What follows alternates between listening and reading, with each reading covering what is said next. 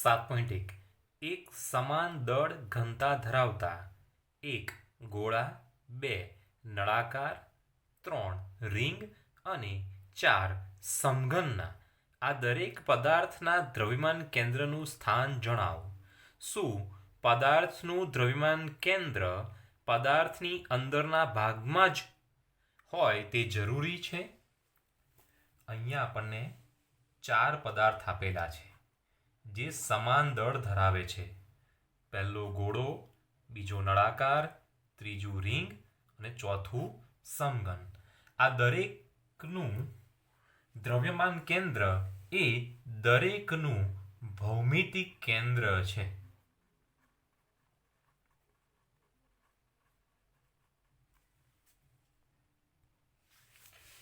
ગોળો, ગોળાનું ભૌમિતિક કેન્દ્ર, નળાકાર, નળાકારનું ભૌમિતિક કેન્દ્ર, રિંગ, રિંગનું ભૌમિતિક કેન્દ્ર, સમઘન અને સમઘનનું ભૌમિતિક કેન્દ્ર એ એનું દ્રવ્યમાન કેન્દ્ર છે. હવે જો રિંગ, રિંગની જેમ બીજો પોલો નળાકાર હોઈ શકે, પછી પોલો ગોળો અથવા પોલો ઘન પદાર્થ. આ વગેરેના દ્રવ્યમાન કેન્દ્ર પદાર્થના દ્રવ્યની બહાર હોઈ શકે છે. તો અહીંયા આપણને બીજો પ્રશ્ન પૂછ્યો છે, શું પદાર્થનું દ્રવ્યમાન કેન્દ્ર પદાર્થની અંદરના ભાગમાં જ હોય તે જરૂરી છે? તો એનો જવાબ આવશે ના. બરાબર, દ્રવ્યમાન પદાર્થના અંદરના ભાગમાં જ હોય તે જરૂરી નથી. 7.2 HCl અણુમાં 2 પરમાણુઓના ન્યુક્લિયસો વચ્ચેનું અંતર લગભગ 1.27 એંગસ્ટ્રોમ, 1 એંગસ્ટ્રોમ બરાબર 10⁻10 મીટર છે.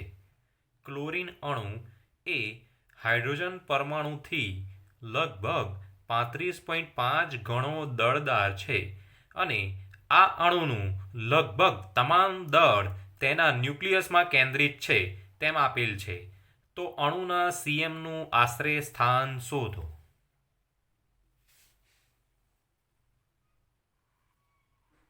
H પરમાણુ, Cl પરમાણુ, આ બંનેને જોડતી રેખા. ધારો કે આપણે ઉદ્ગમ બિંદુ એ H પરમાણુ પર લઈએ તો અહીંયા લખાશે R1 બરાબર 0. હવે H અને Cl વચ્ચેનું અંતર આપણને આપી દીધું છે, જેને આપણે R2 કહીશું અને R2 બરાબર 1.27 એંગસ્ટ્રોમ છે. બરાબર, માટે દ્રવ્યમાન કેન્દ્રનું સ્થાનના સૂત્ર લખાશે RCM બરાબર હાઇડ્રોજનનું દળ MH ઇન્ટુ R1 પ્લસ ક્લોરીનનું દળ MCl ઇન્ટુ R2 ભાગ્યા MH પ્લસ MCl. આપણને આપેલું છે MCl બરાબર 35.5 ઇન્ટુ MH. બરાબર, હવે R1 બરાબર 0 છે એટલે પહેલું પદ 0 થશે, માટે લખાશે RCM બરાબર MCl એટલે 35.5 ઇન્ટુ MH ગુણ્યા R2 એટલે 1.27 એંગસ્ટ્રોમ ભાગ્યા MH એટલે એ તો એઝ ઇટ ઇઝ છે. MCl બરાબર 35.5 MH વત્તા MH એટલે લખાશે 36.5 MH કેન્સલ, માટે RCM બરાબર 35.5 ગુણ્યા 1.27 ભાગ્યા 36.5 બરાબર 1.2385 એંગસ્ટ્રોમ. જવાબ આપણે ફક્ત 3 સાર્થક અંકો સુધી લખતા 1.24 એંગસ્ટ્રોમ આવશે. 7.3 એક બાળક એક લાંબી ટ્રોલીના એક છેડે સ્થિર બેઠું છે, જે એક લીસી સમસ્થિતિજ સપાટી પર એક નિયમિત v ઝડપથી આગળ વધી રહી છે. જો આ બાળક ટ્રોલી પર ઊભો થઈને કોઈ પણ રીતે દોડે તો ટ્રોલી પ્લસ બાળકના તંત્રના દ્રવ્યમાન કેન્દ્રની ઝડપ કેટલી હશે? અહીંયા આપણે જોઈએ કે ધારો કે આ કોઈ સમસીધી જ રસ્તો છે અને આ રસ્તા ઉપર આ કોઈ ટ્રોલી છે. હવે આ ટ્રોલીનો એક છેડો છે અને અહીંયા કોઈ બાળક બેસી રહ્યો છે. હવે આ ટ્રોલી વી જેટલી અચળ ઝડપથી ગતિ કરે છે. ઝડપ અચળ છે માટે પ્રવેગ શૂન્ય થશે, માટે લાગતું બાહ્ય બળ પણ કેવું થશે? શૂન્ય થાય છે. હવે ટ્રોલી તો ગતિ કરે છે, સાથે સાથે આ બાળક ટ્રોલીના એક છેડેથી ગતિ કરતો કરતો બીજા છેડે જાય છે. ટ્રોલી પ્લસ બાળકના બનેલા તંત્રના સીએમની ઝડપ અચળ વી જેટલી રહે છે, કારણ કે તંત્ર પર કોઈ બાહ્ય બળ લાગતું નથી. માટે ટ્રોલી પર બાળકના દોડવાની ક્રિયામાં સંકળાયેલા બળો આ તંત્રના આંતરિક બળો છે. 7.4 દર્શાવો કે સદિશો વેક્ટર એ અને વેક્ટર બીથી બનેલ ત્રિકોણનું ક્ષેત્રફળ એ વેક્ટર એ ક્રોસ વેક્ટર બીના મૂલ્યથી અડધું હોય છે. તો ધારો કે અહીંયા કોઈ સદિશ એ છે અને આ સદિશ બી છે. સદિશ એ અને સદિશ બી વચ્ચેનો ખૂણો થીટા છે. હવે આ બે સદિશોથી કોઈ ત્રિકોણ તૈયાર થાય છે, પી ક્યુ આર. હવે પી બિંદુ પરથી ક્યુઆર પર લંબ દોરતા, બરાબર, આ લંબ એટલે કે પ્રક્ષેપ બનશે. હવે ત્રિકોણનું ક્ષેત્રફળ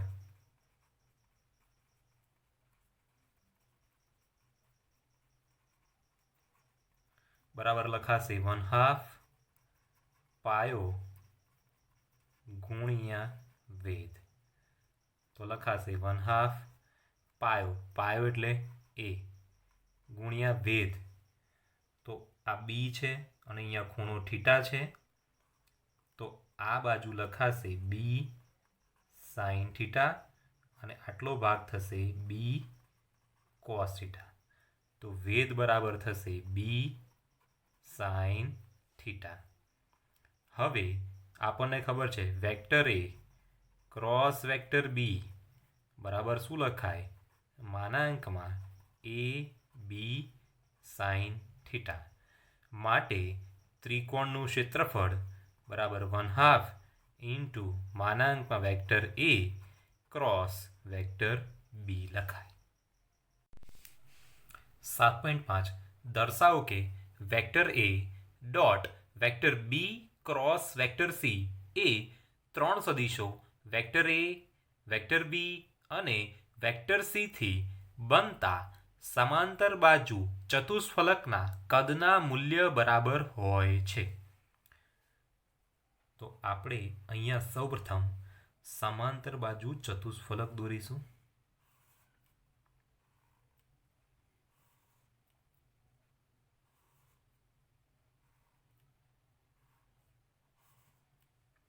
આ થઈ ગયો સમાંતર બાજુ ચતુષ્ફલક.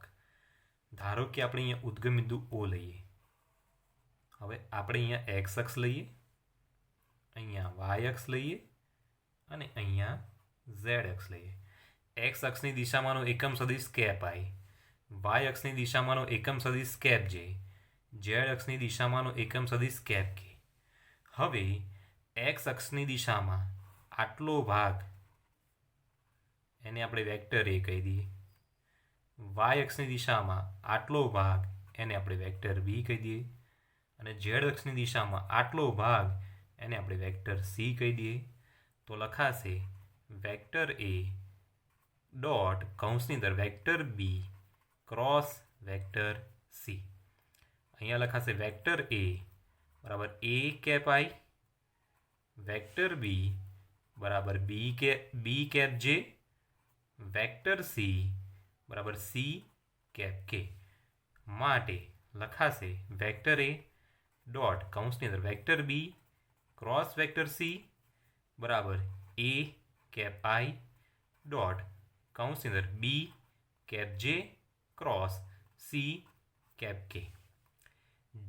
જે ક્રોસ કેપ કે એટલે કેપ આઈ માટે એ કેપ આઈ ડોટ કૌંસની અંદર બી સી કેપ આઈ બરાબર લખાશે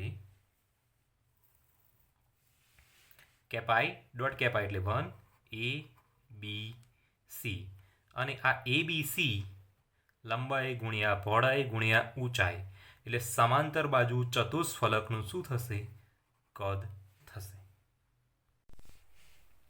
7.6 એક્સ વાય ઝેડ ઘટકો સાથે જેનો સ્થાન સદિશ વેક્ટર આર અને પીએક્સ પીવાય પીઝેડ ઘટકો સાથે વેગમાન વેક્ટર પી હોય તે કણના કોણીય વેગમાન વેક્ટર એલના એક્સ વાય ઝેડ અક્ષો પરના ઘટકો શોધો કે જે કણ ફક્ત XY સમતલમાં જ ગતિ કરે તો કોણીય વેગમાનને માત્ર ઝેડ જ ઘટક હોય છે. તો અહીંયા આપણે જોઈ શકીએ છીએ આપણને vector R is equal to X cap I plus Y cap J plus Z cap K આપેલ છે.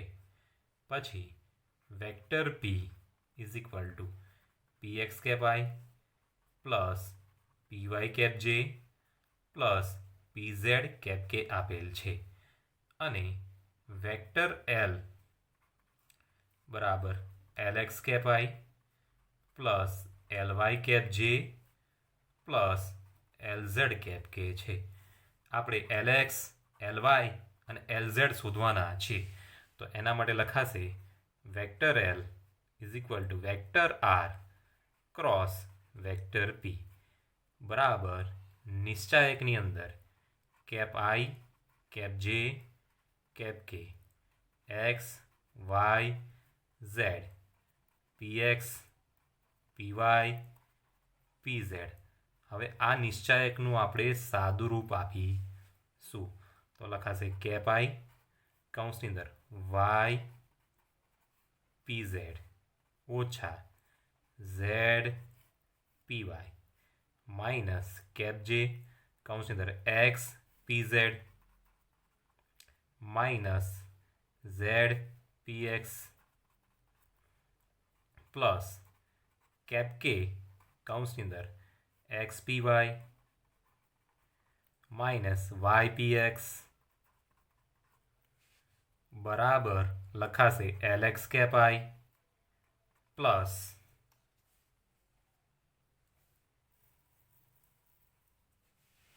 L X cap I plus L Y cap J plus L Z cap કે.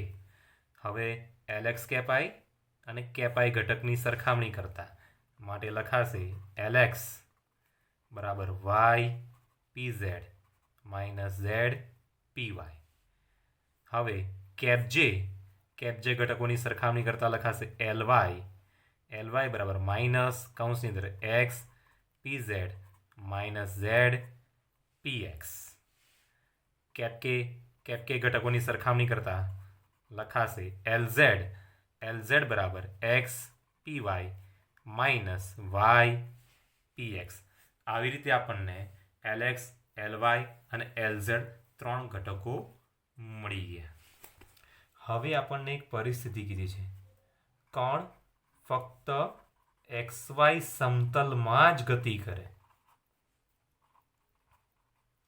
જો કણ ફક્ત XY સમતલમાં જ ગતિ કરે ને તો એનો એક્સ ઘટક એનો ઝેડ ઘટક 0 થાય સ્થાન સદિશનો.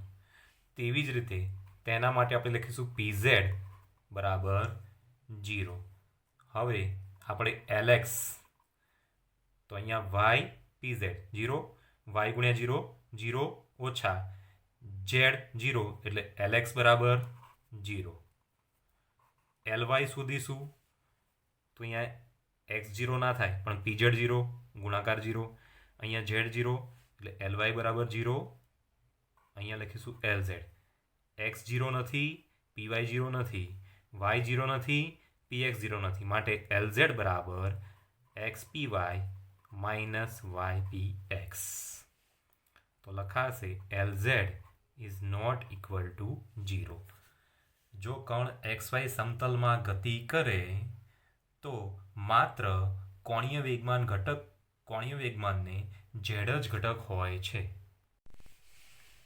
7.7 દરેકનું દળ m અને ઝડપ v હોય તેવા બે કણો એકબીજાથી ડી અંતરે રહેલ બે સમાંતર રેખાઓ પર વિરુદ્ધ દિશામાં ગતિ કરે છે. તો જોઈ શકીએ કે આ પહેલો પદાર્થ અને આ બીજો પદાર્થ. હવે પહેલો પદાર્થ ધારો કે ઉપરની દિશામાં વી વેગથી ગતિ કરે છે, તો બીજો પદાર્થ નીચેની દિશામાં વી વેગથી ગતિ કરે છે. બંને પદાર્થો વચ્ચેનું અંતર આપણને ડી આપી દીધેલું છે. દર્શાવો કે કોઈ પણ બિંદુની સાપેક્ષે કોણીય વેગમાન લેવામાં આવે તો પણ આ બે કણોના તંત્રનું સદિશ કોણીય વેગમાન સમાન જ રહે છે. ધારો કે આપણે અહીંયા કોઈ બિંદુ ઓ લઈએ. બિંદુ ઓ થી પહેલા પદાર્થનું અંતર એક્સ છે અને બીજા પદાર્થનું કુલ અંતર એક્સ પ્લસ ડી છે. બરાબર. ઉપરની દિશા છે, આ બિંદુ ઓની દિશામાં આપણે એક્સ અક્ષ લઈ લઈએ અને આ દિશામાં આપણે વાય અક્ષ લઈ લઈએ. તો હવે બિંદુની સાપેક્ષે કોણીય વેગમાન તો લખાશે વેક્ટર એલ બરાબર vector R cross vector P. અહીં આપણે બે કણ છે એટલે vector R1 cross vector P1 plus vector R2 cross vector P2. Vector R1 બરાબર લખાશે X cap I cross vector P1 બરાબર લખાશે એમ વી કેપ છે પ્લસ R2 બરાબર લખાશે X plus D cap I cross P2 minus M V cap છે.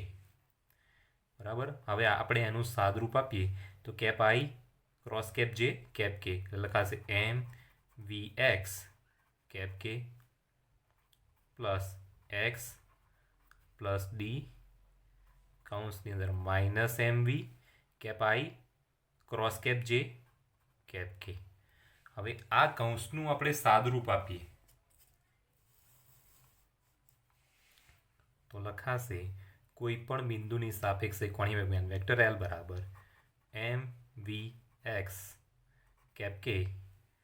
હવે લખાશે minus M V X cap કે માઇનસ એમ વી D cap K plus minus cancel માટે વેક્ટર એલ બરાબર minus M વી D cap કે. કોઈ પણ બિંદુને અનુલક્ષીને તંત્રનું કુલ કોણીય વેગમાન માઇનસ એમ વી ડી કેપ કે મળે છે. હવે શું કીધું છે? બે કણોના તંત્રનું સદિશ કોણીય વેગમાન. તો આ પહેલો કણ અહીંયા હતો, બીજો કણ અહીંયા હતો. તો જે જગ્યાએ પહેલો કણ છે ને એ જગ્યાએ આપણે ઉદ્ગમ બિંદુ લઈએ અને જો ઉદ્ગમ બિંદુ લઈએ તો એના માટે R1 સ્થાન સદિશ R1 બરાબર 0 લખાશે અને બીજા માટે સ્થાન સદિશ R2 બરાબર ડી લખાશે. તો બે કણોના તંત્રનું કુલ કોણીય વેગમાન વેક્ટર એલ બરાબર vector R1 cross vector P1 plus vector R2 cross vector P2. Vector R1 0 એટલે પહેલું પદ તો 0 થઈ જશે પ્લસ વેક્ટર R2 લખાશે D cap I cross vector P2 લખાશે માઇનસ એમ વી કેપ જે. તો બે કણોના તંત્રનું કુલ કોણીય વેગમાન વેક્ટર એલ બરાબર લખાશે -mvd cap I cross cap J એટલે કેપ કે. તો આ અને આ આપણને કેવું મળે છે? સમાન મળે છે. 7.8 આકૃતિમાં દર્શાવ્યા પ્રમાણે ડબલ્યુ વજનના એક અનિયમિત સળિયાને અવગણ્ય વજનની બે દોરીઓ દ્વારા લટકાવીને સ્થિર રાખવામાં આવેલ છે. ઉર્ધ્વ દિશા સાથે દોરીઓ દ્વારા બનાવવામાં આવેલ ખૂણા અનુક્રમે 36.9 ડિગ્રી અને 53.1 ડિગ્રી છે. આ સળિયાની લંબાઈ 2 મીટર છે. આ સળિયાની ડાબી બાજુના છેડાથી તેના ગુરુત્વ કેન્દ્રના અંતર ડી ની ગણતરી કરો. પહેલી દોરી, આ બીજી દોરી. પહેલી દોરીમાં લાગતું તણાવ બળ T1, બીજી દોરીમાં લાગતું તણાવ બળ T2. આ ગુરુત્વ કેન્દ્ર છે બરાબર. આને ઉદ્ગમ બિંદુ O લઈ લઈએ. ડાબી બાજુનું અંતર D થાય તો જમણી બાજુનું અંતર થશે 2 - D થશે. હવે તણાવ બળ લાગે છે તો તણાવ બળના ઘટકો લેતા. જો આ ખૂણો 36.9 ડિગ્રી હોય તો આ ખૂણો પણ 36.9 ડિગ્રી થશે અને આ બાજુ પણ એક ઘટક મળશે.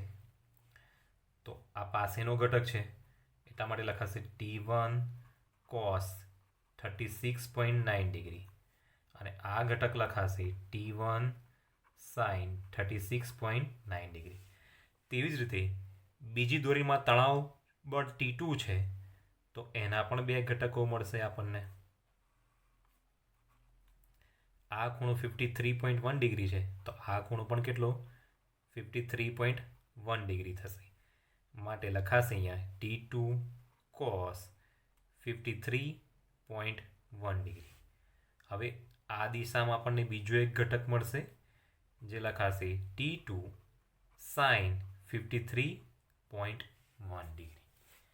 આપણને શું કીધું છે કે સળિયો સ્થિર છે.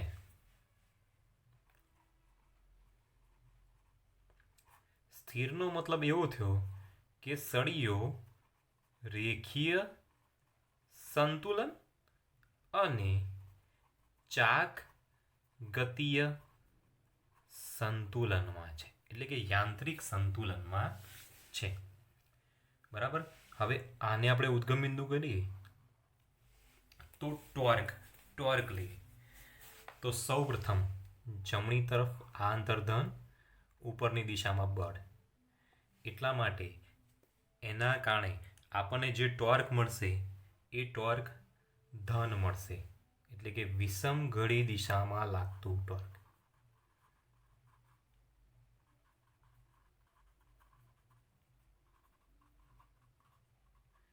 બરાબર, વિષમ ઘડી દિશામાં લાગતું ટોર્ક. હવે આ કેન્દ્રથી ડાબી તરફ જઈએ એટલે અંતર ઋણ થશે, ઉપર બળ ધન છે. હવે એના કારણે જે ટોર્કનું મૂલ્ય મળશે એ આપણને ઋણ મળશે. ઋણ એટલે કે સમ ઘડી દિશામાં લાગતું ટોર્ક બરાબર. આપણે કોના આધારે લખીએ છીએ કે સળિયો છે ને એ ચાક ગતિકીય સંતુલનમાં છે માટે. તો વિષમ ઘડી દિશામાં લાગતું ટોર્ક લખાશે 2 - D into T2 cos 53.1 degree બરાબર D into T1 cos 36.9 degree. હવે સળિયો પાછો રેખીય સંતુલનમાં છે ને તો અધો દિશામાં લાગતું બળ W બરાબર ઉર્ધ્વ દિશામાં લાગતું કુલ બળ. તો લખાશે W બરાબર T1 cos 36.9 degree plus T2 cos 53.1 degree. તેવી જ રીતે જમણી દિશામાં લાગતું કુલ બળ બરાબર ડાબી દિશામાં લાગતું કુલ બળ. તો જમણી દિશામાં લાગે T2 sin 53.1 ડિગ્રી બરાબર T1 sin 36.9 ડિગ્રી. તો તો જો આના ઉપરથી લખાશે T2 ભાગ્યા T1 બરાબર સાઇન 36.9 ડિગ્રી ભાગ્યા સાઇન 53.1 ડિગ્રી. તો અહીંયા એ જ કરીએ, લઈ લઈએ 2 માઇનસ ડી બરાબર D into T1 divided by T2 into cos 36.9 degree divided by cos 53.1 degree. જો અહીંયા T2 by T1 છે ને અને અહીંયા T1 by T2 છે, તો લખી શકાશે D ગુણ્યા આનું વ્યસ્ત લઈ લો તો લખાશે સાઇન 53.1 ડિગ્રી ભાગ્યા સાઇન 36.9 ડિગ્રી ગુણ્યા કોસ 36.9 ડિગ્રી ભાગ્યા કોસ 53.1 ડિગ્રી લખી શકાશે. હવે જો સાઇન 53.1 ડિગ્રી ભાગ્યા કોસ 53.1 ડિગ્રી બરાબર લખાશે ડી ઇન્ટુ ટેન 53.1 ડિગ્રી. જો આ અંશમાં કોસ 36.9 ડિગ્રી છે ને એ આના છેદમાં લઈ લઈએ તો સાઇન 36.9 ડિગ્રી ભાગ્યા કોસ 36.9 ડિગ્રી બરાબર લખાશે ટેન 36.9 ડિગ્રી બરાબર D into tan 53.1 degree natural ટેન્જન્ટ્સમાં જોતા આપણને જવાબ મળશે 1.3319 ભાગ્યા ટેન 36.9 ડિગ્રી નેચરલ ટેન્જન્ટ્સમાં જોતા આપણને મળશે 0.7508 બરાબર. હવે 1 ભાગ્યા 33.19 ભાગ્યા 0.7508 નું સાદરૂપ આપતા આપણને મળશે ડી ગુણ્યા 1.7739 બરાબર. તો હવે અહીંયા આપણે જોઈએ 2 માઇનસ ડી બરાબર ડી ગુણ્યા 1.7739. આ માઇનસ ડી છે પેલી બાજુ જતા રહેશે તો કેવા થશે? પ્લસ થશે. માટે 2 બરાબર ડી પ્લસ 1.7739 ઇન્ટુ ડી બરાબર 2.7739 ઇન્ટુ ડી. આપણે તો ડી શોધવાના છે માટે ડીને સૂત્રનો કરતા બનાવો તો ડી બરાબર 2 ભાગ્યા 2.7739. હવે આનું સાદરૂપ આપણને મળશે 0.72 મીટર. માટે ડી બરાબર લખી શકાશે 72 મીટર. તો અહીંયા જે ડી અજ્ઞાત હતું એ ડી આપણને કેટલું મળે છે? 0.72 મીટર મળે છે. 7.9 એક કારનું વજન 1800 કિલોગ્રામ છે. તેની આગળ અને પાછળની એક્સેલ્સ એટલે કે ધરીઓ વચ્ચેનું અંતર 1.8 મીટર છે. તેનું ગુરુત્વ કેન્દ્ર આગળની એક્સેલથી 1.05 મીટર પાછળ છે.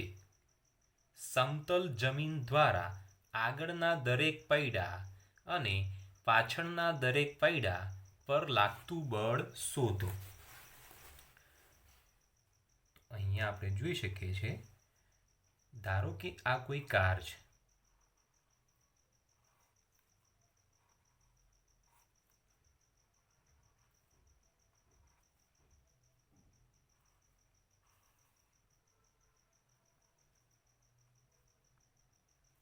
હવે આ કારનું આ આગળનું પૈડું છે અને આ પાછળનું પૈડું છે. આ બંને પૈડાને જોડતી એક એક્સેલ ધરી છે. બરાબર. હવે જમીન વડે આ આગળના પૈડા ઉપર ઉર્ધ્વ દિશામાં જે બળ લાગે છે એને આપણે FF કહીશું. બરાબર. આ પાછળ એફ ફોર ફ્રન્ટ. આ પાછળના પૈડા ઉપર જમીન વડે જે ઉર્ધ્વ દિશામાં બળ લાગે છે એને આપણે એફઆર કહીશું. R for rear. હવે આના કારણે કારના દળના કારણે અધો દિશામાં ડબલ્યુ બરાબર mg જેટલું વજન બળ લાગે છે. અહીંયા એમ બરાબર 1800 અને જી બરાબર 9.8 લઈશું. તો 1 અને 0.1 કેન્સલ, લખાશે 180 ગુણ્યા 98 ન્યૂટન. હવે આપણને કીધેલું છે કે જે આગળનું પૈડું છે ને એ આગળના પૈડાથી આ ગુરુત્વ કેન્દ્રનું અંતર આપણને કેટલું આપ્યું છે? 1.05. અને આ બંને ધરીઓ વચ્ચેનું અંતર આપણને કેટલું આપ્યું છે? 1.8 મીટર. તો પાછળના પૈડાથી આ ગુરુત્વ કેન્દ્રનું અંતર થશે 0.75. બરાબર.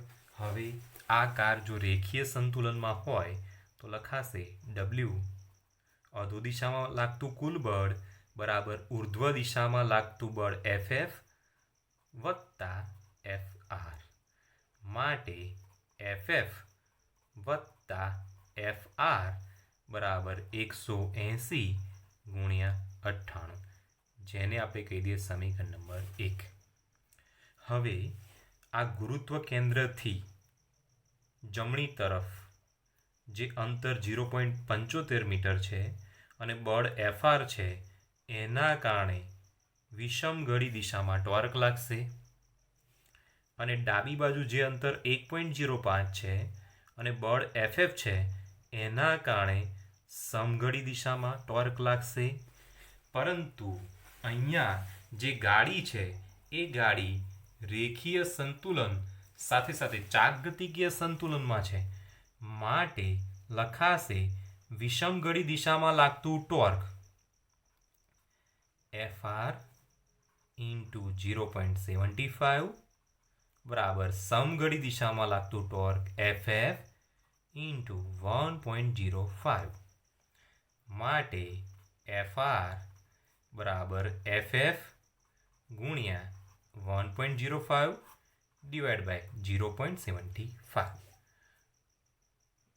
પોઈન્ટ કેન્સલ થઈ જાય.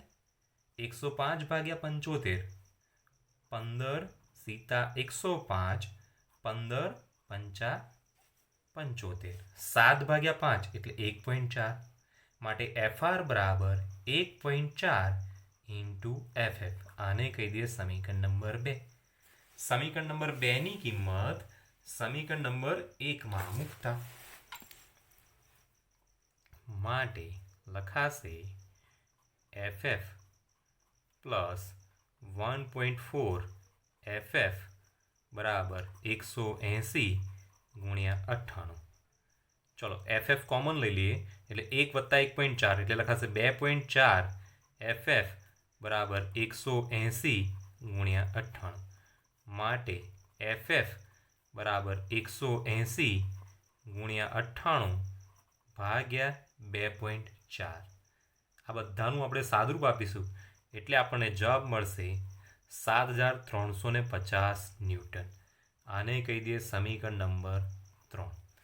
હવે આ સમીકરણ નંબર 3ની કિંમત સમીકરણ નંબર 1માં મૂકતા અથવા સમીકરણ નંબર 2માં મૂકતા માટે લખાશે એફઆર બરાબર 1.4 ગુણ્યા 7350 બરાબર 10,290 ન્યૂટન. આને કહી દો સમીકરણ નંબર 4. હવે આ એફએફ અને એફઆર એ ઉર્ધ્વ દિશામાં લાગતા બળો છે. પણ ગાડીના આગળના ભાગમાં પણ બે પૈડા હોય અને પાછળના ભાગમાં પણ બે પૈડા હોય. માટે આપણે અહીંયા લખીશું દરેક આગળના પૈડા પર લાગતું બળ બરાબર 7350 ભાગ્યા 2 બરાબર લખાશે 3675 ન્યૂટન. તેવી જ રીતે દરેક પાછળના પૈડા પર લાગતું બળ 10,290 ભાગ્યા 2 બરાબર 5,145 ન્યૂટન. 7.10 એ ગોળાના સ્પર્શકને અનુલક્ષીને ગોળાની જડત્વની ચાકમાત્રા શોધો. ગોળાના કોઈપણ વ્યાસને અનુલક્ષીને ગોળાની જડત્વની ચાકમાત્રા 2/5 mr² છે તેમ આપેલ છે, જ્યાં m એ ગોળાનું દળ અને r એ ગોળાની ત્રિજ્યા છે. તો સૌપ્રથમ આપણે એક ગોળો દોરીએ.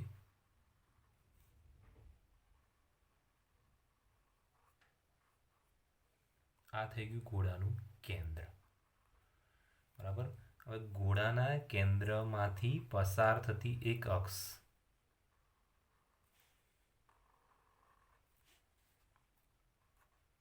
હવે ગોળાનું કેન્દ્ર C છે. એ અક્ષને અનુલક્ષીને જડત્વની ચાકમાત્રા IC = 2/5 mr² આપેલી છે. હવે આપણને કીધું છે સ્પર્શકને અનુલક્ષીને, તો અહીંયા કોઈ બિંદુ લઈ લઈએ અને આ બિંદુ પાસે આપણે શું દોરીએ? સ્પર્શક દોરીએ. સ્પર્શક કેવો છે? એક અને માત્ર એક. તો આ બંને સમાંતર રેખાઓ વચ્ચેનું અંતર r છે.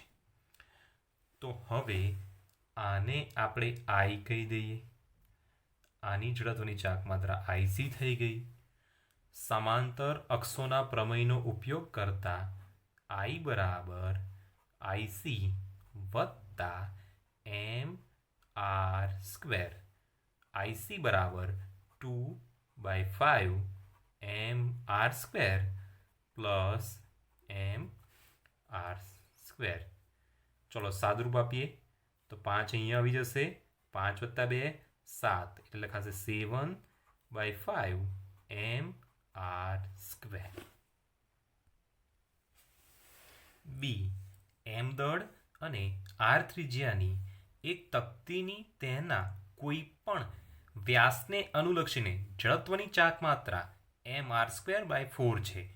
તક્તીને લંબ અને તેની ધાર પરના બિંદુમાંથી પસાર થતી અક્ષને અનુલક્ષીને જડત્વની ચાકમાત્રા શોધો. તો સૌપ્રથમ આપણે r ત્રિજ્યાની એક તક્તી દોરીએ.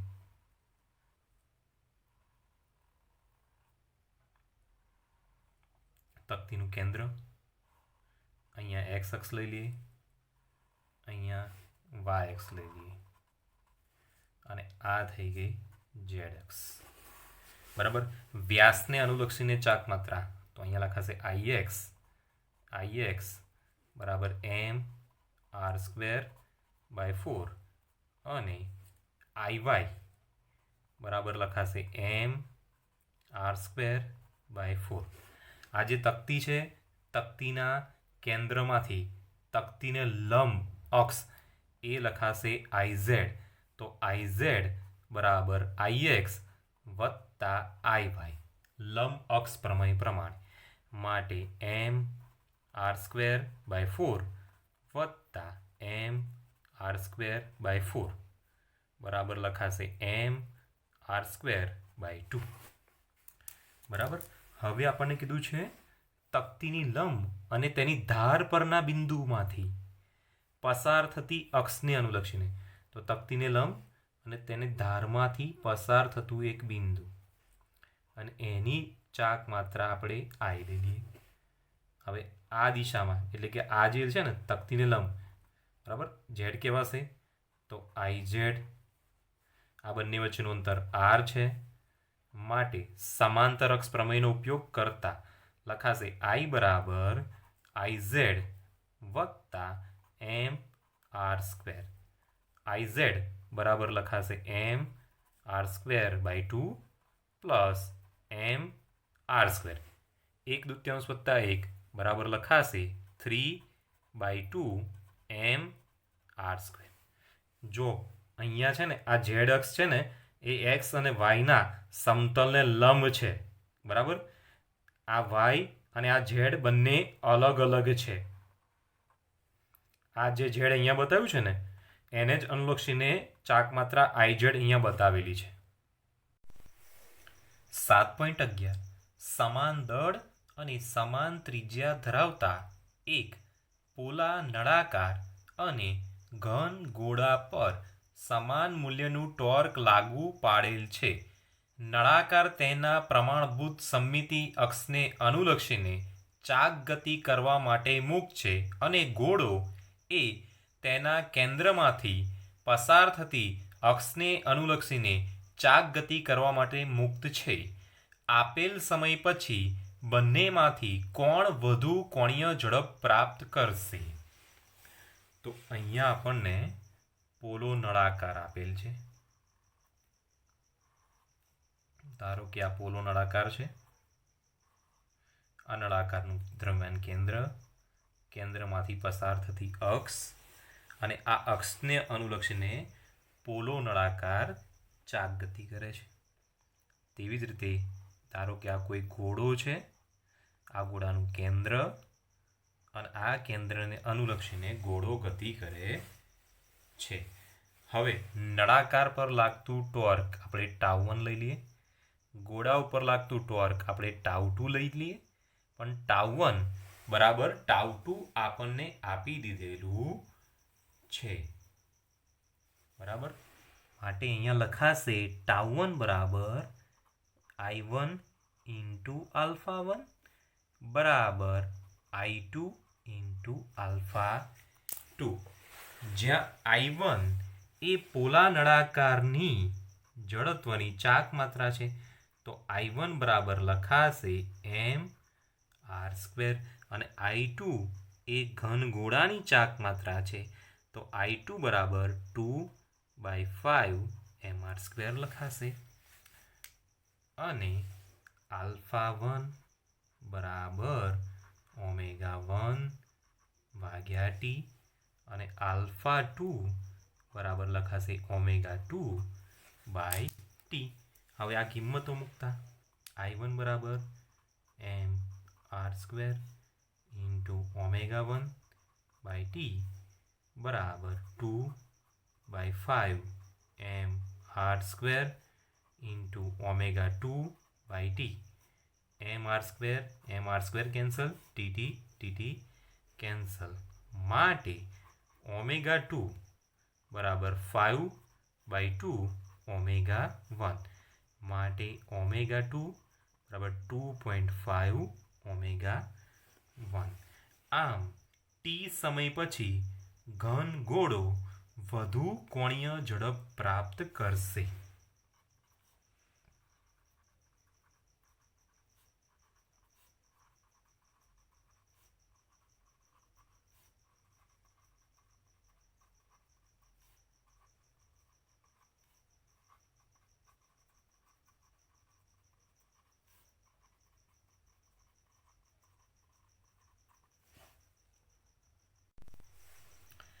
.12 20 કિલો દળનો એક નક્કર નળાકાર તેની અક્ષને અનુલક્ષીને 100 રેડિયન પર સેકન્ડ કોણીય ઝડપથી પરિભ્રમણ કરે છે.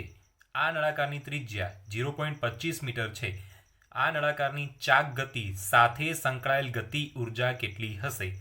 તેની અક્ષને અનુલક્ષીને આ નળાકારના કોણીય વેગમાનનું માન કેટલું હશે?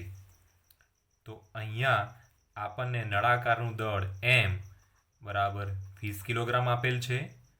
પછી તેની કોણીય ઝડપ ઓમેગા બરાબર 100 રેડિયન પર સેકન્ડ આપેલ છે અને નળાકારની ત્રિજ્યા r બરાબર 0.25 મીટર આપી દીધેલ છે.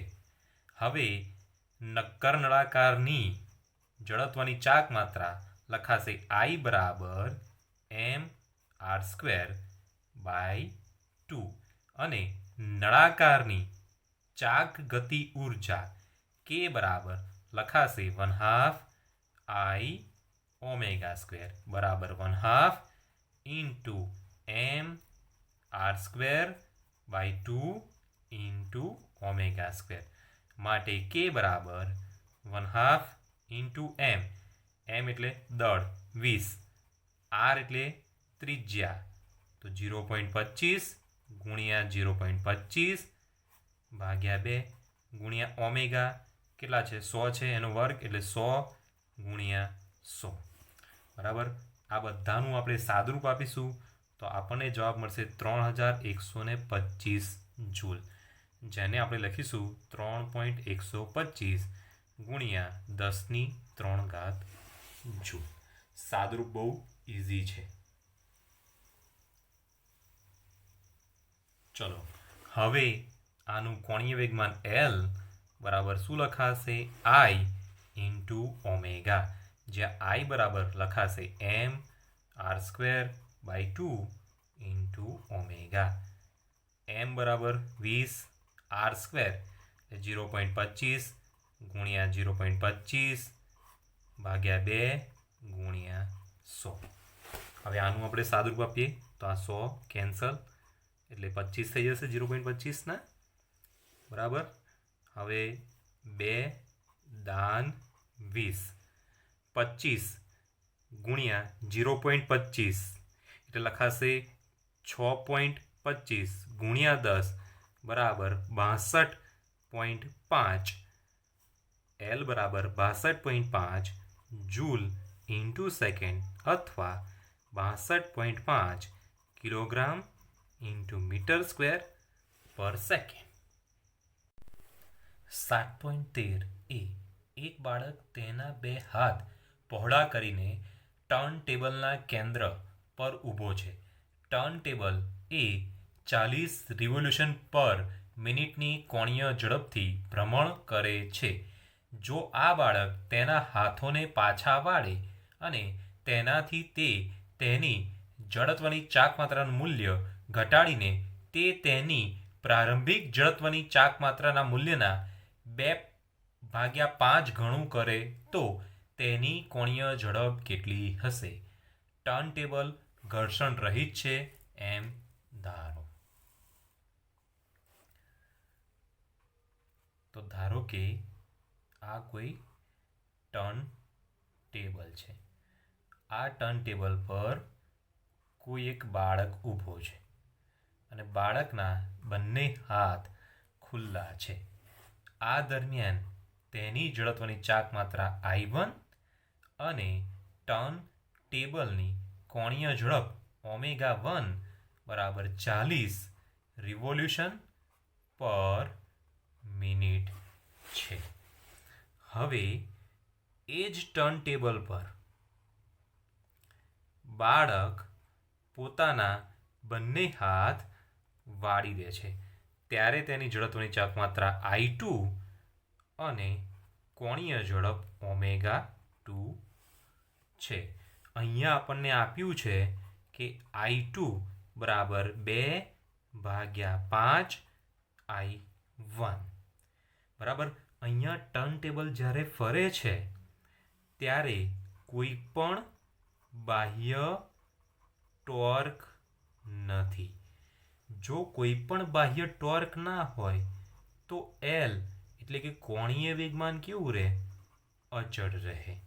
માટે લખાશે L1 કોણીય વેગમાન જ્યારે બંને હાથ કેવા હતા? ખુલ્લા હતા ત્યારે, બરાબર L2 જ્યારે બંને હાથ ભેગા થયા વાળ્યા ત્યારે કોણીય વેગમાન. માટે L1 બરાબર I1 ઓમેગા1 બરાબર I2 ઓમેગા2 લખાશે. અહીંયા આપણે ઓમેગા2 શોધવાના છે માટે ઓમેગા2 બરાબર I1 ભાગ્યા I2 ઇન્ટુ ઓમેગા1. I1 તો એમના એમ જ રહેશે. I2 બરાબર 2/5 I1 ગુણ્યા ઓમેગા1 લખાશે 40. I1 કેન્સલ, 2/5 છે લખાશે 5/2 ગુણ્યા 40. અહીંયા લખાશે 20 × 40, 20×5 100 રિવોલ્યુશન પર મિનિટ. એટલે અહીંયા ઓમેગા2 બરાબર આપણને 100 રિવોલ્યુશન પર મિનિટ મળે છે. બી. દર્શાવો કે બાળકના પરિભ્રમણની નવી ગતિ ઉર્જા તેના પ્રારંભિક પરિભ્રમણની ગતિ ઉર્જા કરતાં વધુ છે. ગતિ ઉર્જામાં થતો આ વધારો તમે કેવી રીતે સમજાવશો? તો જોઈ લો, આ પહેલી પરિસ્થિતિ એ દરમિયાન ગતિ ઉર્જા K1, બીજી પરિસ્થિતિ એ દરમિયાન ગતિ ઉર્જા K2 મળે છે. તો આપણે અહીંયા લખીશું K1 બરાબર 1/2 I1 ઓમેગા 1 સ્ક્વેર અને અહીંયા K2 બરાબર 1/2 I2 ઓમેગા 2 સ્ક્વેર. હવે આપણે K2 ભાગ્યા K1 લેતા. K2 એટલે 1/2 I2 ઓમેગા 2 સ્ક્વેર ભાગ્યા 1/2 I1 omega 1 square. 1/2 cancel. I2 બરાબર આપણને આપ્યું છે 2 ભાગ્યા 5 I1 ભાગ્યા I1 ગુણ્યા ઓમેગા 2 આપણને મળ્યા 100, તો લખાશે 100 ગુણ્યા 100 ભાગ્યા ઓમેગા 1 40, અહીંયા વર્ગ છે એટલે 40 ગુણ્યા 40. I1 cancel, 0 0 0 0 cancel. માટે લખાશે અહીંયા, ચલો 4 અહીંયા લખાશે 25, પાએ પાએ 25 બરાબર. 5 દુ 10 ભાગ્યા 4, 10 ભાગ્યા 4 એટલે 2.5. માટે નવી ગતિ ઉર્જા K2 બરાબર 2.5 ગુણ્યા પ્રારંભિક ગતિ ઉર્જા K1. નવી ચાક ગતિ ઉર્જા એ પ્રારંભિક ચાક ગતિ ઉર્જા કરતાં 2.5 ગણી વધારે છે. બાળક તેની આંતરિક ઉર્જાનો ઉપયોગ કરીને ચાક ગતિ ઉર્જા વધારે છે. આ વધારે ગતિ ઉર્જા કેમ મળી? કારણ બાળકે પોતાની કઈ ઉર્જાનો ઉપયોગ કર્યો? આંતરિક ઉર્જાનો ઉપયોગ કર્યો. 7.14 3 કિલો દળ અને 40 સેન્ટીમીટર ત્રિજ્યાના એક પોલા નળાકાર ફરતે અવગણ્ય દળનું એક દોરડું વીંટાળેલ છે. જો આ દોરડાને 30 ન્યૂટન બળથી ખેંચવામાં આવે તો આ નળાકારનો કોણીય પ્રવેગ કેટલો હશે? દોરડાનો રેખીય પ્રવેગ કેટલો હશે? એમ ધારો કે અહીં દોરડું સળગતું નથી. તો જો અહીંયા આપણને M બરાબર 3 કિલો આપી દીધેલું છે, ત્રિજ્યા R બરાબર 40 સેન્ટીમીટર બરાબર 0.4 મીટર અને લાગતું બળ F બરાબર 30 ન્યૂટન આપેલું છે. હવે આપણે કોણીય પ્રવેગ શોધવો છે, તો લખાશે torque is equal two I into alpha, જ્યાં I એ પોલા નળાકારની જડત્વની ચાક માત્રા. લખાશે I બરાબર mr સ્ક્વેર બરાબર. માટે ટોર્ક બરાબર mr સ્ક્વેર ઇન્ટુ આલ્ફા અને ટોર્કનું બીજું સૂત્ર R ઇન્ટુ F. એક RR કેન્સલ. માટે આલ્ફા કોણીય પ્રવેગ બરાબર F ભાગ્યા mr. F બરાબર આપણને 30 આપેલા છે, M આપણને 3 આપ્યા છે અને R બરાબર 0.4 છે બરાબર. તો 3 દાન 30, 10 ભાગ્યા 0.4 બરાબર લખી શકાય 100 ભાગ્યા 4. માટે આલ્ફા બરાબર લખાશે 25 રેડિયન પર સેકન્ડ સ્ક્વેર. હવે આના ઉપરથી આપણે રેખીય પ્રવેગ શોધવો છે. માટે રેખીય પ્રવેગ A બરાબર R ત્રિજ્યા ઇન્ટુ કોણીય પ્રવેગ આલ્ફા. તો R બરાબર કેટલા છે? 0.4 અને આલ્ફા બરાબર કેટલા છે? 25. એટલે લખાશે 10 મીટર પ્રતિ સેકન્ડ સ્ક્વેર. 7.15 એક રોટરને 200 રેડિયન પર સેકન્ડ એક સમાન કોણીય ઝડપ જાળવવા માટે એન્જિન 180 ન્યૂટન મીટર ટોર્ક પ્રસ્થાપિત કરવું આવશ્યક છે. આ માટે એન્જિનને કેટલો પાવર આવશ્યક છે? એમ ધારો કે એન્જિન 100% કાર્યક્ષમ છે. અહીં આપણને કોણીય ઝડપ ઓમેગા બરાબર 200 રેડિયન પર સેકન્ડ આપેલ છે.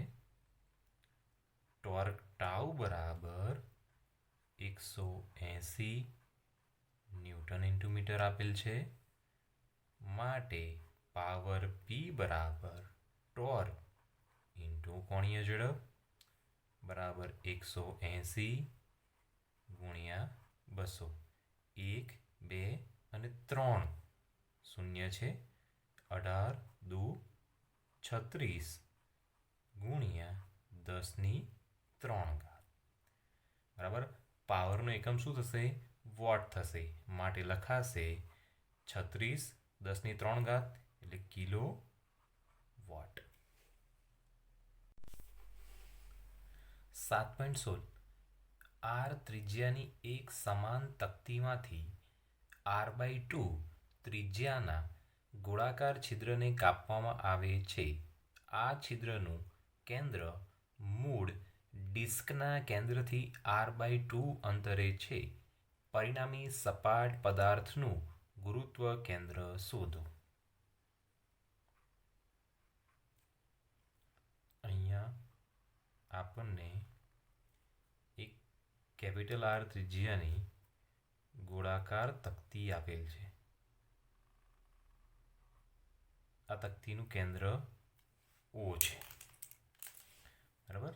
અને આ તક્તીની ત્રિજ્યા કેપિટલ આર છે. ધારો કે આ તક્તીનું કુલ દળ m છે અને આ તક્તીની ઘનતા ρ છે. હવે આ તક્તીનું ક્ષેત્રફળ A બરાબર લખાશે 4πr².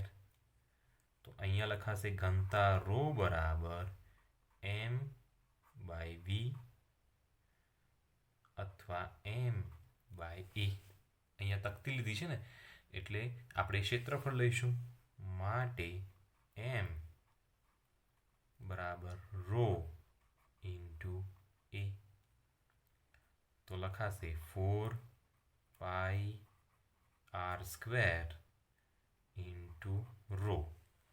ρ એટલે એકમ ક્ષેત્રફળ દીઠ દળ છે. ચલો, હવે આપણને કીધું છે કે r/2 ત્રિજ્યાના ગોળાકાર છિદ્રને કાપવામાં આવે. આ તક્તીનું કેન્દ્રથી આ અંતર r/2. બરાબર. હવે આટલો ગોળાકાર ભાગ જેની ત્રિજ્યા કેટલી છે? r/2. એને શું કરવામાં આવે છે? દૂર કરવામાં આવે છે. તો આ ગોળાકાર ભાગ આવી ગયો જેની ત્રિજ્યા છે r/2. બરાબર. હવે એનું ક્ષેત્રફળ લખાશે A બરાબર 4π. ભાગ દૂર કર્યો એને આપણે A1 કહી દઈએ. 4πr/2 હોલ સ્ક્વેર બરાબર. r² ભાગ્યા 4 4 4 કેન્સલ એટલે લખાશે A1 બરાબર πr². હવે એનું દળ લખાશે m1 બરાબર ρ × a1. ρ એટલે એકમ ક્ષેત્રફળ દીઠ દળ અને ρ એ દળ ઘનતા જે એક જ તક્તી છે માટે દરેક માટે સમાન રહેશે. માટે m1 બરાબર πr² × ρ. હવે બાકી બચેલો ભાગ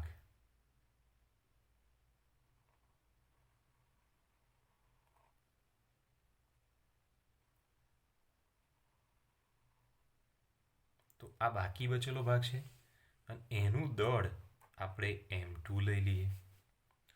તો આપણને ખબર છે પદાર્થનું કુલ દળ m બરાબર શું લખાશે m1 પ્લસ m2 માટે m2 બરાબર capital M minus small m1 બરાબર.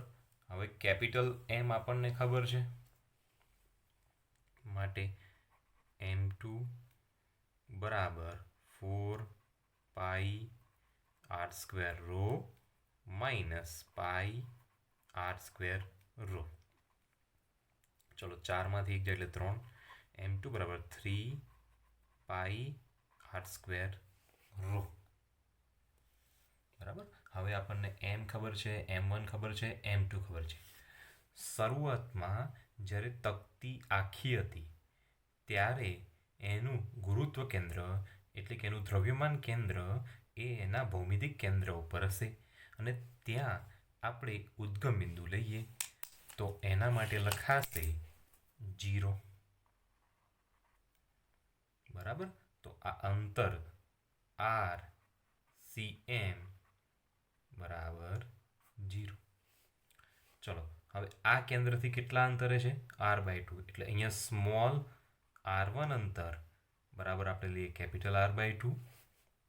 બાકી બચેલા ભાગ માટે આપણને ખબર નથી તો એના માટે આપણે ધારીએ r2 જે અજ્ઞાત છે બરાબર. તો સૂત્ર લખાશે r cm બરાબર m1 ઇન્ટુ r1 વત્તા m2 ઇન્ટુ r2 ભાગ્યા m1 પ્લસ m2. હવે rcm કેટલા છે 0 તો 0 ગુણ્યા કૌંસની અંદર m1 પ્લસ m2 બરાબર m1 r1 plus m2 r2. આખું સ્ટેપ 0 થઈ જશે. હવે આ સ્ટેપ પ્લસ છે પેલી બાજુ જાય તો માઇનસ થઈ જશે માટે m2 r2 બરાબર માઇનસ m1 r1 માટે r2 બરાબર માઇનસ m1 ભાગ્યા m2 ઇન્ટુ r1 બરાબર માઇનસ m1ની કિંમત કેટલી છે પાઈ r સ્ક્વેર રો ભાગ્યા m2 3 પાઈ r square row into r1 એટલે કે કેપિટલ r/2. પાઈ r સ્ક્વેર રો કેન્સલ માટે r2 બરાબર માઇનસ r/6 બરાબર. આપણને r2 બરાબર શું મળ્યું માઇનસ r/6 એટલે કે જે આ જે નવો પદાર્થ છે ને બાકી બચેલો ભાગ r/2 ત્રિજ્યાનો ટુકડો કાઢી લીધો પછી બાકી બચેલો ભાગ જે છે એનું ગુરુત્વ કેન્દ્ર r2 બરાબર આપણને મળ્યું માઇનસ r/6 એટલે કે આ જે કેન્દ્ર હતું ને કેન્દ્રથી ક્યાં હશે ડાબી બાજુ હશે. ઘણી જગ્યાએ આ રોની જગ્યાએ આપણે સિગ્માનો પણ ઉપયોગ કરી શકીએ છીએ બરાબર. આ રોની જગ્યાએ આપણે સિગ્માનો ઉપયોગ કરી શકીએ છીએ. 7.17 એક મીટર પત્તી તેના મધ્યે છરીની ધાર પર સંતુલિત છે જ્યારે એવા બે સિક્કા કે જે દરેકનું દળ 5 ગ્રામ છે તેમને 12 સેન્ટીમીટરના નિશાન પર એકબીજાની ઉપર મૂકવામાં આવે છે ત્યારે આ પટ્ટી 45 સેન્ટીમીટર પર સંતુલિત થાય છે. આ મીટર પટ્ટીનું દળ શું હશે?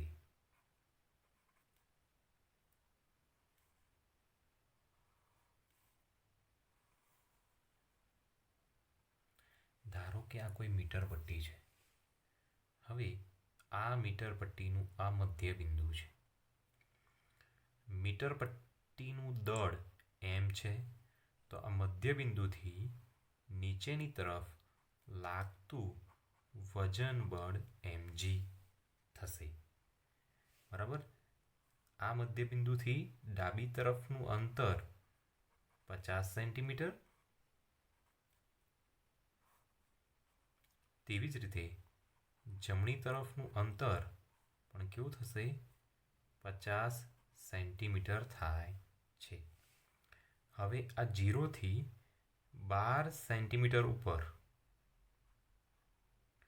2 સિક્કા મૂકવામાં આવે છે. તો અહીંયાથી આ અંતર થશે 12 સેન્ટીમીટર. બરાબર. હવે સિક્કાનું કુલ દળ થશે 10 ગ્રામ, જેના કારણે અધો દિશામાં લાગતું વજન બળ લખાશે 10G. હવે આ સિક્કા મૂક્યા પછી મીટર પટ્ટી સંતુલિત થાય છે. ક્યાં સંતુલિત થાય છે? 45 સેન્ટીમીટર.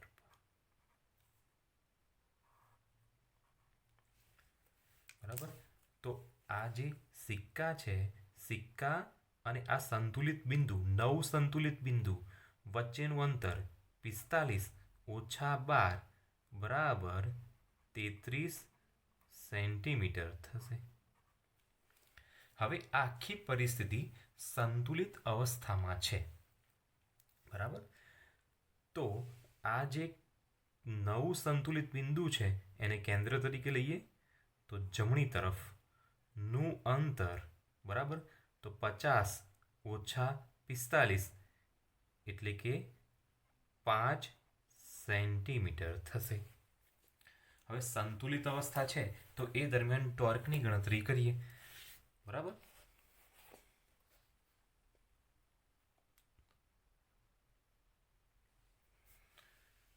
તો આ કેન્દ્રથી જમણી તરફ 9 સંતુલિત બિંદુથી જમણી તરફ લાગતું ટોર્ક, એ ટોર્કનું મૂલ્ય આપણને ઋણ મળે છે. તો લખાશે ટોર્ક mg × 5 બરાબર કેન્દ્રથી જમણી તરફનું ટોર્ક આપણને ધન મળે છે તો એના બરાબર લખાશે 10G × 33.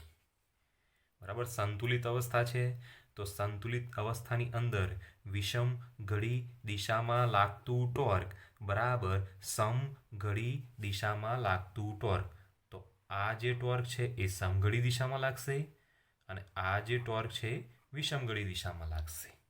બરાબર. તો G કેન્સલ.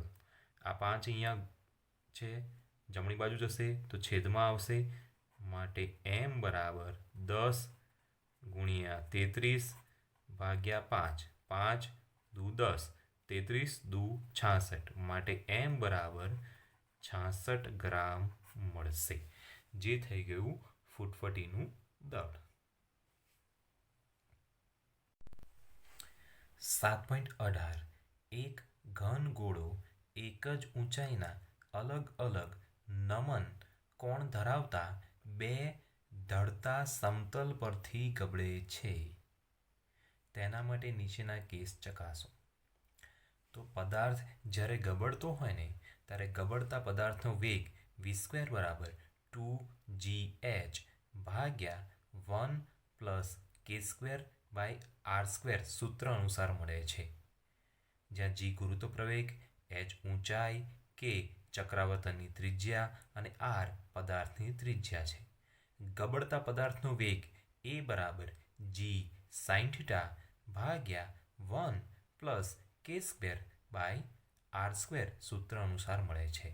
જ્યાં g ગુરુત્વ પ્રવેગ અને થીટા એ કોણ છે એટલે કે ખૂણો છે, k ચક્રાવર્તનની ત્રિજ્યા અને r એ પદાર્થની ત્રિજ્યા છે. બરાબર.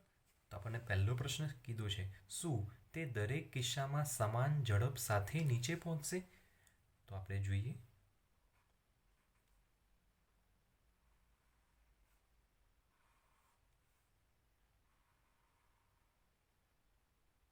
ચલો, આ સ્મોલ h ઊંચાઈ થઈ ગઈ અને આ d અંતર થઈ ગયું અને અહીંયા ખૂણો થઈ ગયો θ1. આ પહેલું થયું.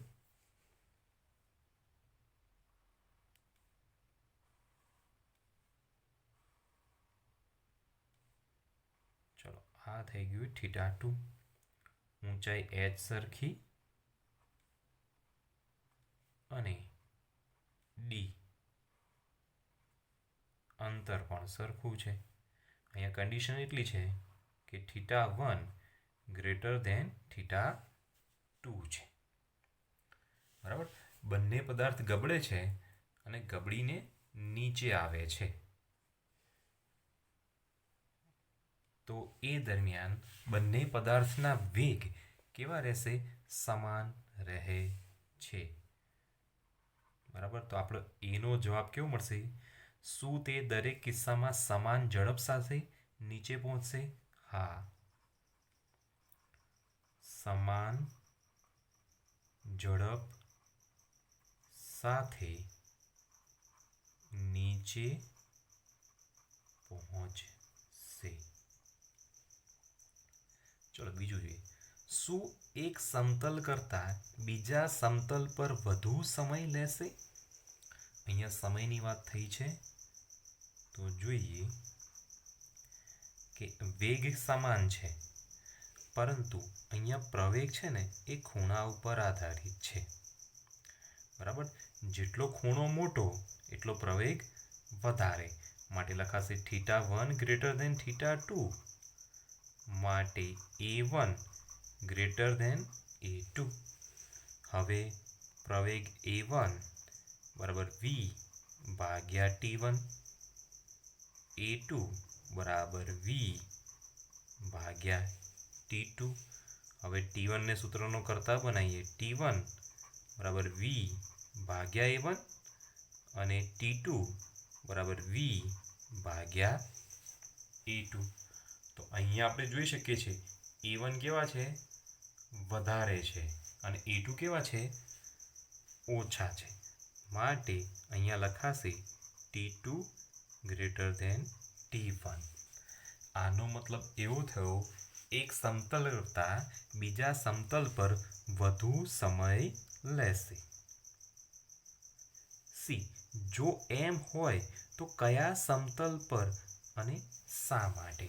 તો અહીંયા આપણે જોઈ શકીએ છીએ કે t2 બીજા સમતલ માટે સમય છે, t1 પહેલા સમતલ માટે સમય છે. તો જેનો ઢોળાવ કોણ θ2 કેવો હશે? નાનો. જેનો ઢોળાવ કોણ θ2 નાનો હશે, બરાબર, θ નાનો હશે, તેના માટે સમય વધારે લાગશે.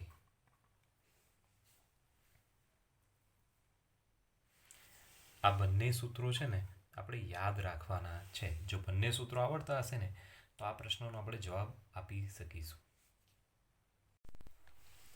7.19 2 મીટર ત્રિજ્યાના એક વલયનું દળ 100 કિલો છે. તે એક સમશીતોષ્ણ સપાટી પર એવી રીતે ગબડે છે કે જેથી તેના દ્રવ્યમાન કેન્દ્રની ઝડપ 20 સેન્ટીમીટર પર સેકન્ડ હોય, તો તેને રોકવા માટે કેટલું કાર્ય કરવું પડે? તો આપણને ખબર છે કરેલું કાર્ય W બરાબર ગતિ ઉર્જાના ફેરફાર જેટલું હોય છે. બરાબર, આપણે અંતમાં પદાર્થને રોકીએ છીએ, માટે એની અંતિમ ગતિ ઉર્જા કેવી થશે? 0. માટે ગતિ ઉર્જા બરાબર રેખીય ગતિ ઉર્જા 1/2 mv² વત્તા ચાક ગતિ ઉર્જા 1/2 I ω². અહીંયા વલય માટે લખાશે 1/2 mv² પ્લસ 1/2 I એટલે જડત્વની ચાક માત્રા, લખાશે m/r², ઓમેગા એટલે કોણીય ઝડપ, એના બરાબર લખાશે રેખીય ઝડપ ભાગ્યા ત્રિજ્યા. વર્ગ છે એટલે v²/r², r² cancel, 1/2 mv² plus 1/2 mv² બરાબર mv² બરાબર w. m બરાબર આપ્યા છે આપણને 100, v બરાબર આપણને આપે છે 20 સેન્ટીમીટર પર સેકન્ડ, જેને આપણે શેમાં કન્વર્ટ કરીશું? મીટર. તો 20 ગુણ્યા 10⁻², મીટર પર સેકન્ડ.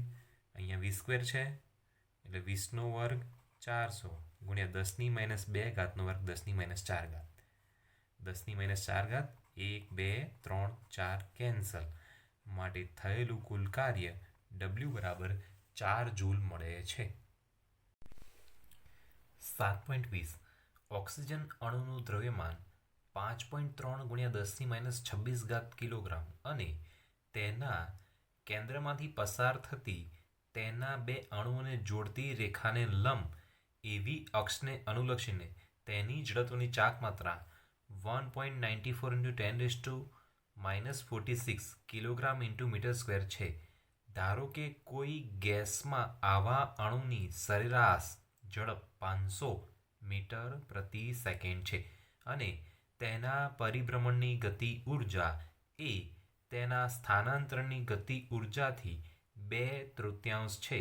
તો અણુનો સરેરાશ કોણીય વેગ શોધો. તો અહીંયા આપણને દ્રવ્યમાન m બરાબર 5.3 × 10⁻26 કિલોગ્રામ આપેલ છે. પછી જડત્વની ચાક માત્રા I બરાબર 1.94 × 10⁻46 કિલોગ્રામ × મીટર² આપેલ છે અને v રેખીય ઝડપ 500 મીટર પ્રતિ સેકન્ડ બરાબર 5 × 10⁻2 મીટર પ્રતિ સેકન્ડ આપેલ છે. પછી કીધું છે પરિભ્રમણની ગતિ ઉર્જા એ તેના સ્થાનાંતરની ગતિ ઉર્જાથી 2/3 છે. તો લખાશે પરિભ્રમણની ગતિ ઉર્જા એટલે ચાક ગતિ ઉર્જા 1/2 I ω² બરાબર 2/3. સ્થાનાંતરની ગતિ ઉર્જા એટલે રેખીય ગતિ ઉર્જા 1/2 mv². 1/2 કેન્સલ. માટે ω² બરાબર 2/3 mv²/I.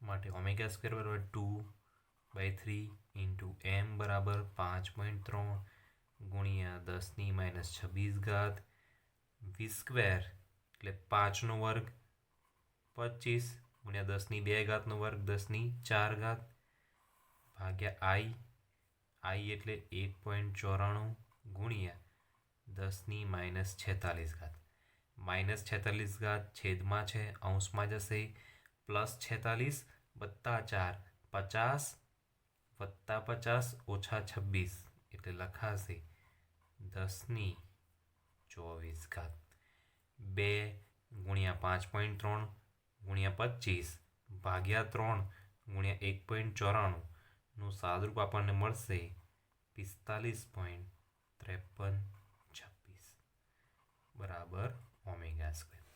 બંને બાજુ વર્ગમૂળ લેતા માટે ω બરાબર વર્ગમૂળની અંદર 45.5326 ગુણ્યા 10⁻24 10⁻24 વર્ગમૂળ કેટલું મળશે 10⁻12 માટે ω બરાબર 10⁻12 ગુણ્યા 45.5326 વર્ગમૂળ આપણને મળશે 6.7477 બરાબર. માટે ω બરાબર લખાશે 6.75 ગુણ્યા 10⁻12 રેડિયન પર સેકન્ડ.